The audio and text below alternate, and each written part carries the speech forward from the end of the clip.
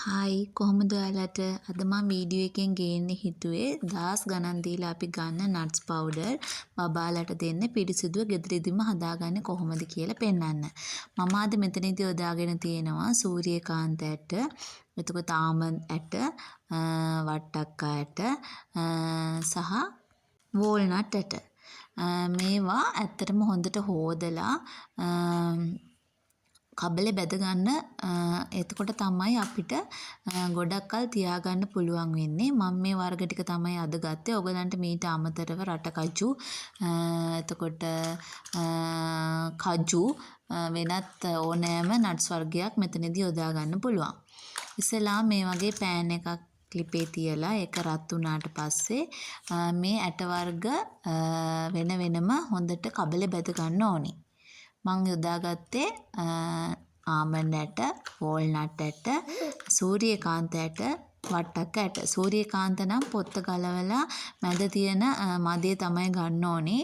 වට්ටක්ක නම් මං එහෙමම ගෙදරට ගෙනාපු වට්ටක්ක කෑල්ලක් හොඳට පිටි තියෙන වට්ටක්කවල ඇට ටික අරගෙන හොඳට හොදලා වේලලා තමයි ගත්තේ. ඒක නම් මම පොත්ත පිටින්ම තමයි බැදගෙන කුඩු කරගත්තේ. මේ විදිහට මම මුලින්ම වෝල්නට් ටික හොඳට සෝදලා අරගෙන කබලේ බැද ගන්නවා. මේකේ වෝල්නට් වල කබලේ බැදගත්තම ලේසි අර පොත්ත වගේ තියෙන කෑල්ල අයින් වෙනවා ඉබේම. නැත්තම් අපිට ඒක පිටින්ම දුන්නොත් ඇත්තට කිසි අර බබාලගේ සමහර අර හොඳටම පොඩි උන් නැති වුනම බබාලගේ උගුරේ හිර වෙන්න වගේ බලනවා. ඒ හින්දා මම මේ විදිහට වෝල්නට් ඇට ටික අරගෙන හොඳට කබලේ බැදලා ඒකේ පොත්ත අයින් කරලා තමයි බ්ලෙන්ඩර් කරලා ගත්තේ. ඊළඟට ආමන්ඩ් ඇට ටිකත් මේ විදිහට හොඳට හොදලා අරගෙන කබලේ බැද ගන්නවා. මට නම් මේ ආමන්ඩ් ඇටවල බැද්දටත් මේ පොත්ත ගලව ගන්න බැරි වුණා. ඒ නිසා මම ඒකේ නම් පොත්ත පිටින්ම තමයි බ්ලෙන්ඩර් කරේ. ඒක අම්මා කෙනෙක් මට කලින් මම දැක්කා මේ YouTube එකේ වීඩියෝ එකක දාලා තිබ්බා. රැයක් පොඟවලා තියලා පොත්ත ඇරලා ගන්න කියලා. මම ඇත්තට මෙහෙම කරන්න ගියේ නෑ. මම පොත්ත පිටින්ම තමයි ආමන්ඩ් ඇට බ්ලෙන්ඩර් කරලා දාගත්තේ. මේ සූර්යකාන්තවලත් පොත්ත අයින් කළා මැද තියෙන මදේ අරගෙන ඒකත් හොඳට හොදලා මේ විදිහට කබලේ බැදගත්තා. කබලේ බැද ගන්න එකකින් අපිට බ්ලෙන්ඩර් කරගන්න ලේසි. ඒ වගේම ගොඩක් කල් තියාගන්න පුළුවන් නරක් වෙන්නේ නැතුව. ඒ වගේම වට්ටක් ඇට ටිකත් මේ විදිහට හොඳට හොදලා අරගෙන කබලේ බැදගත්තා. මේක ඇත්තටම නට්ස් පවුඩර් දෙන්න කියලා අපිට වෛද්‍ය නිර්දේශය කරලා තියෙන්නේ අවුරුද්දට වැඩි බබාලට.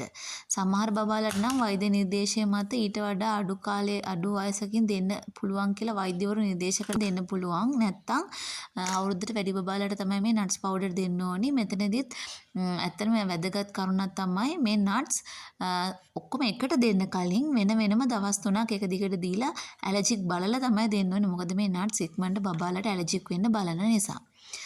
මේ වගේ අරගෙන අපි දැන් මේ ටික මං කරේ වෙන වෙනම බ්ලෙන්ඩර් කරගත්තේ නැහැ. ඔක්කොම එකට දාගෙන තමයි බ්ලෙන්ඩර් කරේ. මම මොකද කලින් බබාට මේවා වෙන වෙනම දීලා ඇලර්ජික් ටෙස්ට් කරලා තිබ්බ නිසා. ඕගොල්ලන්ට මේවා වෙන වෙනම දෙන්න ඕන නම් ඇලර්ජික් ටෙස්ට් කරන්න ඕන නම් ඉස්සෙල්ලාම මේ වගේ එක වර්ගයක් ගෙනල්ලා ඒක හොඳට හොදලා කබලේ බැදලා බ්ලෙන්ඩර් කරලා දවස් 3ක් එක දිගට දීලා බලන්න. ඇලර්ජික් වෙනවා නම් ඒක දෙන්න එපා. නැත්තම් ඕගොල්ලන්ට දිගටම මේක දෙන්න පුළුවන්.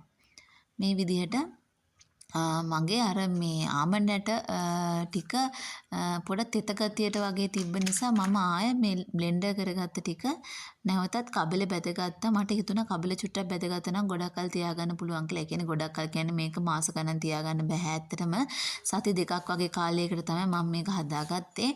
අර පුස්සල්ලන්න නැතුව තියාගන්න පුළුවන් හින්දා තමයි මම මේ ටික ඔක්කොම ආය බෝතලයට දාන්න කලින් කබලේ බැදලා ගත්තේ. මේ තියෙන මම එහෙම හදාගත්ත නට්ස් පවුඩර් ටික. මේක සති දෙකකට වගේ තමයි මම හදාගත්තේ ඇති වෙන්න. ඔයගොල්ලමුත් හදාගෙන බලන්න. මේක ගොඩ කාලයකට තියාගන්න හදාගන්න එපා. මොකද පොඩි බබාලටනේ අපි දෙන්නේ. ඒ නිසා සති දෙකකට වගේ ඇති වෙන්න හදාගන්න. මේ තියෙන එහෙම ගෙදරදී හදාගත්ත පිරිසිදු නට්ස් පවුඩර්. මේවා අපි බබාලගේ කෑම වලට දාලා බබාලට දෙන්න පුළුවන්. ස්තුතියි.